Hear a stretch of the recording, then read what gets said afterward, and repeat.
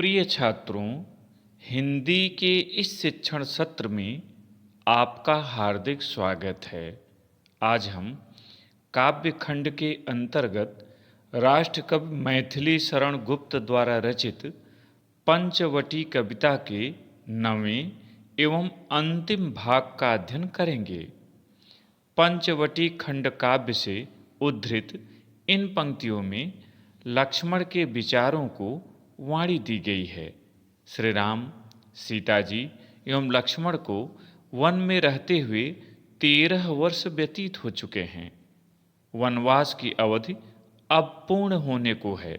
यह सोचकर जहाँ लक्ष्मण प्रसन्नता का अनुभव करते हैं, वहीं अयोध्या लौटकर श्री राम प्रजा के हित के लिए राज्य कार्य में व्यस्त होकर हमें भी भूल से जाएंगे, यह सोचकर वे अन्य मनस्क हो जाते हैं। लक्ष्मण सोचते हैं कि लोक हित के लिए मुझे इससे दुख नहीं होगा, किंतु क्या संसार के लोग अपना उपकार स्वयं नहीं कर सकते? वे राजा पर ही निर्भर क्यों रहते हैं? छंद देखें। और आर्य को राज्यभार तो वे प्रजार्थ ही धारेंगे, व्यस्त रहेंगे हम सबको भी मानो विवश विसारेंगे। कर विचार लोकोपकार का हमें न इससे होगा शोक, पर अपना हित आप नहीं क्या कर सकता है यह नरलोक।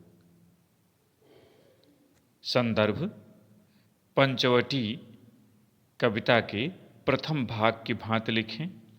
प्रसंग प्रस्तुत पंक्तियों में कवि ने लक्ष्मण के मनोभाव का अत्यंत स्वाभाविक चित्रण किया है। वे लोकहित के लिए श्री राम द्वारा स्वयं के भुला देने की बात पर भी दुखी नहीं होते। कठिन शब्दों का अर्थ देखें। आर्य, आर्य माने श्रेष्ठ, यहाँ श्री राम को कहा गया है। प्रजार्थ, प्रजा के हित के लिए। धारेंगे माने धारण करेंगे, ग्रहण करेंगे। लोकोपकार, लोक का उपकार, संसार की भलाई। आप माने स्वयं। नरलोक, मनुष्य लोग, मनुष्य समाज। व्याख्या देखें। कवि गुप्त जी लक्ष्मण के मनोभाव का चित्रण करते हुए कहते हैं, और आर्य को राज्यभार तो वे प्रजार्थ ही धारेंगे।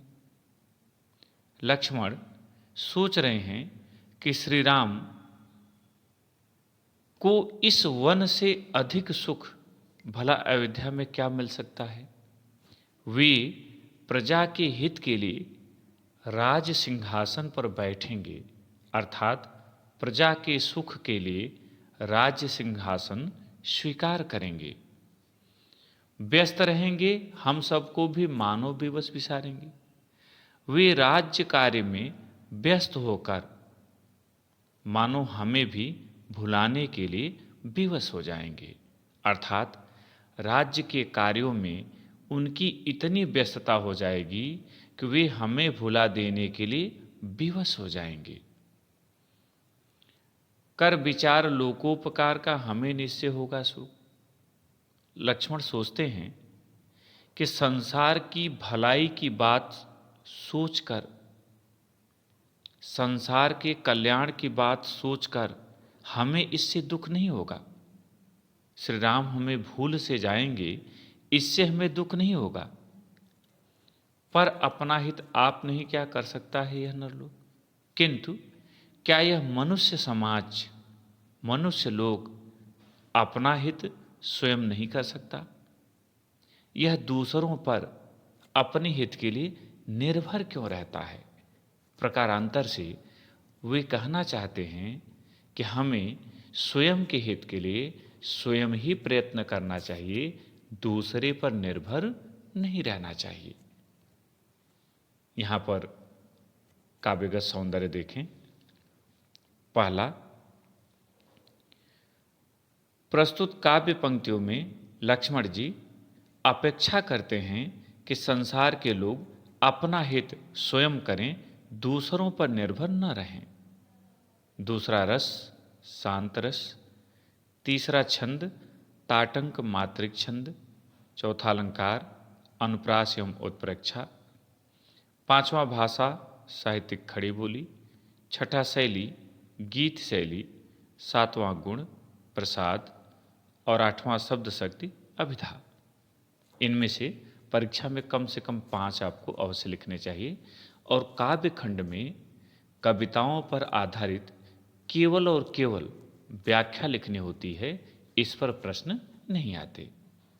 मुझे उम्मीद है कि आपको यह भाग अच्छी तरह समझ में आ गया होगा। बहुत बहुत धन्यवाद।